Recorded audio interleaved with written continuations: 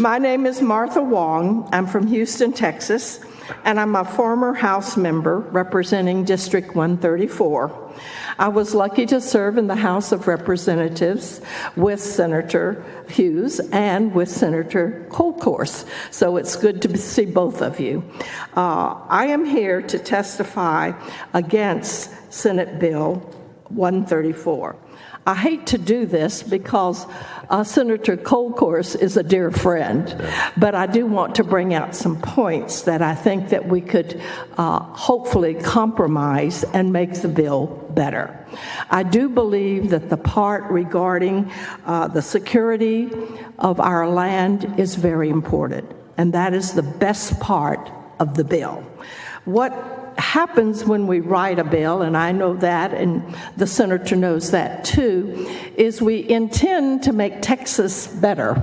That's our goal as representatives and as senators. But what happens sometimes is that there are unintended consequences. The unintended consequences, I think, are what most people were speaking about today.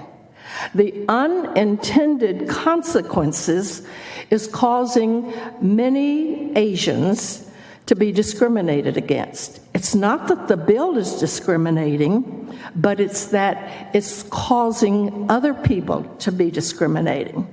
I don't know how many of you know of which ethnicity I am. Maybe only because of my name. I could be Korean. I could be Vietnamese.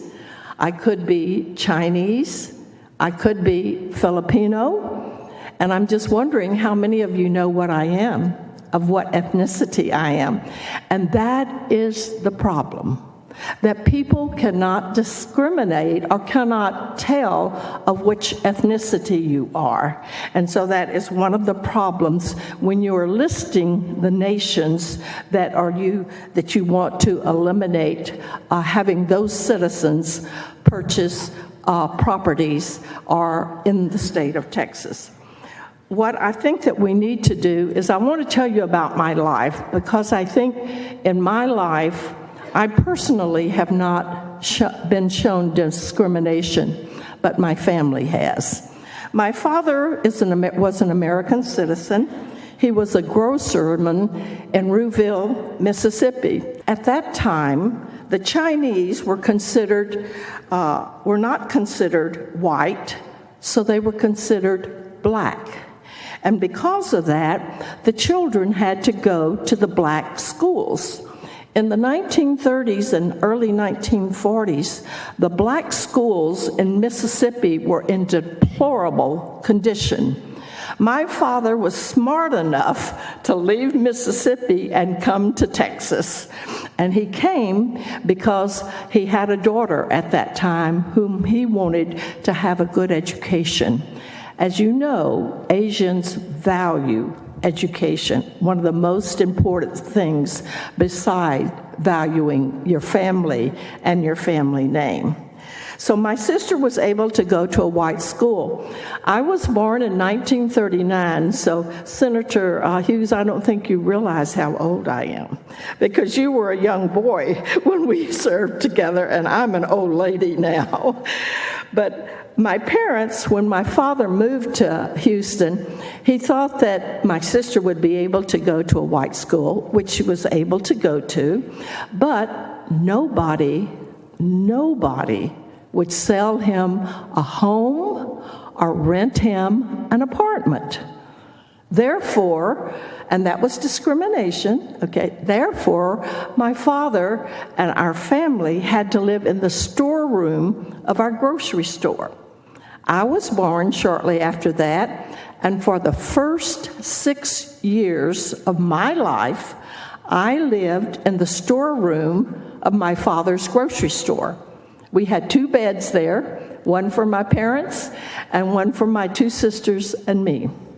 We lived in that storeroom where we had boxes of groceries that were stacked to the ceiling, because that's where we had to store the extra groceries that were coming in. Luckily, I was able to finish school in Houston, Texas. I graduated from the University of Texas. I have a master's and a doctorate degree from the University of Houston.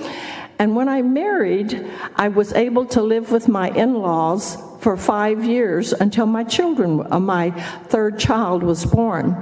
Then we moved into Meyerland, which is a wonderful part of Houston. But I did not realize in the 1960s or 1959, one of my friend's parents tried to build a home in Meyerland. And one of the people across the street from the lot that he was going to build on, the persons had petitioned not to allow the Chinese man to build on that lot.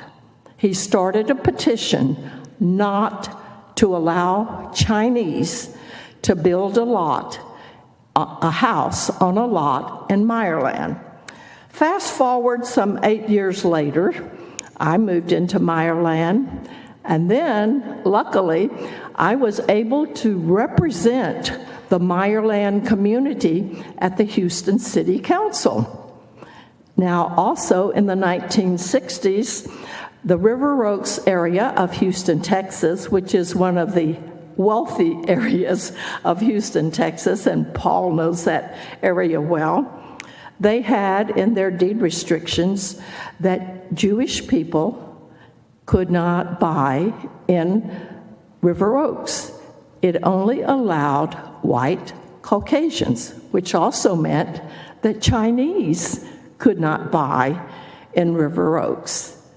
Fast forward, in 2003, I was able to represent the River Oaks area at the House of Representatives. So we have moved forward in the state of Texas. And I know that the intentions of Senator Kolkhorst and this committee is that we move forward. But what has happened is the unintentional consequences is going to cause us to have some backward movement.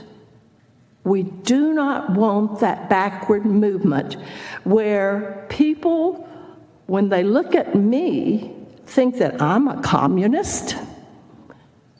That is what is happening. There are people, I live in the high rise in Houston, Texas. Across the street from me, across the freeway, is the Viatopia restaurant. The woman at the Viatopia restaurant, the owner, was told to go home. Go home. That was during the COVID period when people were being very discriminating against Asians because of the Wuhan Chinese concern about the virus. And I do not want that virus any more than anyone else does. So that's the unintended consequences, not that Senator Kolkhorst or anybody else wants to discriminate against Asian Americans. I know you guys too well to know that that's not your intent. But the unintended consequences is what everyone has been talking about.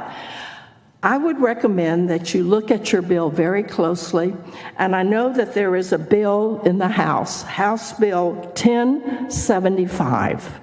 House Bill 1075 by Harris. And it tries to do basically the same thing that Senate bill is trying to do, but the wording is different. And they're using wording that says foreign nations.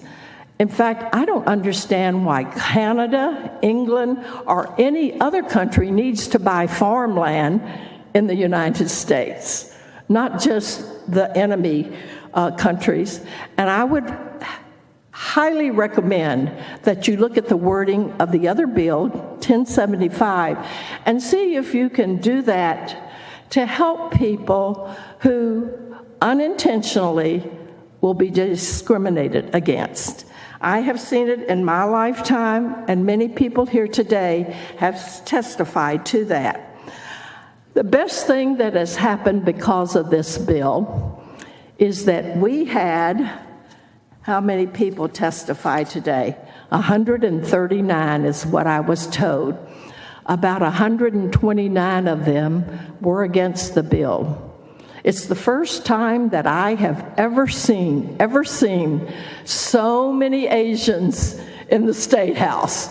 That's the good part. Asians are being a part of the political process, which I have been trying to do for years.